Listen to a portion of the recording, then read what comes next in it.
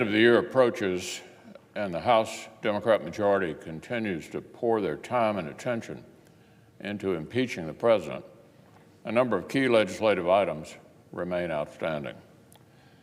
For weeks, my Republican colleagues have been pleading with our Democratic friends in Congress to put aside their impeachment obsession long enough to complete some basic work for the American people. We've explained that American families cannot afford for Washington Democrats to obsess over impeachment and obstruct the things that we absolutely have to do. So I'm pleased that the last several days have brought at least some initial indications that sanity and progress may be breaking through. We're still a long way from the finish line, but this week begins on a cautiously optimistic note. It appears that Democrats' willingness to block these basic governing items may be finally giving way. The National Defense Authorization Act is our annual must-pass vehicle laying out Congress' plan for addressing military funding and meeting the needs of our service members.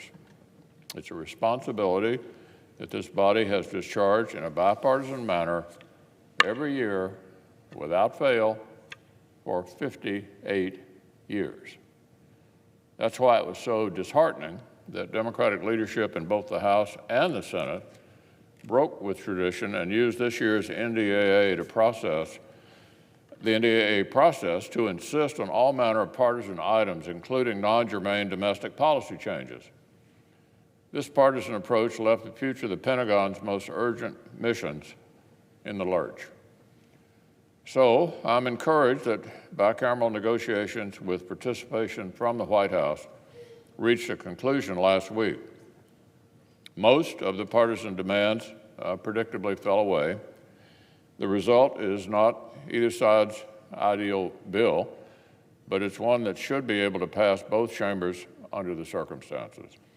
I hope the bipartisan conference report will be signed and move quickly through each chamber so Congress can finally fulfill our responsibility to America's armed forces for another year.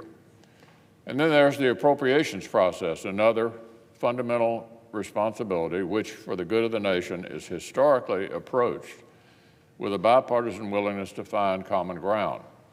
It seemed like that might again be the case when a bipartisan deal was struck by the President and the Speaker of the House back in July.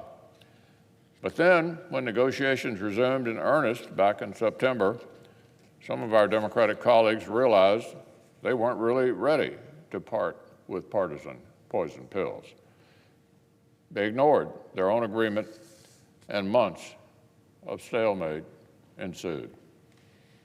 Fortunately, our appropriators are working hard to salvage the process. Last month, Chairman Shelby and Chairwoman Lowy and our other colleagues reached a deal on subcommittee allocations.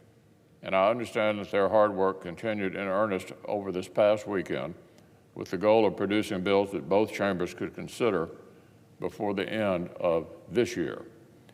I'm grateful to colleagues on both sides of the aisle for their hard work.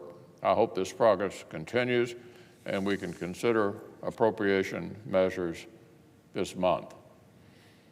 Now, there's still one more major piece of bipartisan legislation awaiting action by House Democrats.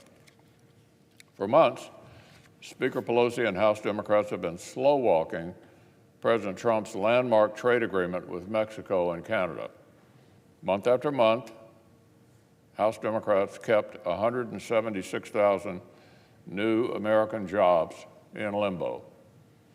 But finally, after weeks of a full-court press from Republicans in the House and the Senate, we're seeing hopeful signals that Speaker Pelosi's months-long stalling campaign may at long last be coming to an end. Reports suggest the Speaker may finally allow the House to vote in the near future. For our country's sake, I certainly hope so. So, Mr. President, what has been true for months is especially true now that time is short. It is going to take bipartisan collaboration and hard work for any of these outstanding legislative priorities to become law. Even if House Democrats do finally relent and allow these key priorities to move forward, it's now the 11th hour, and it'll require consent and cooperation for the Senate to consider legislation in a timely fashion. I'd ask for that collaborative spirit from my colleagues on both sides here in the Senate as we move forward. We Republicans have been ready and eager for weeks to legislate on these key priorities. I hope these reports are accurate, that leading Democrats may finally be willing to let Congress govern, and I hope we can move forward at a brisk pace and in a bipartisan way.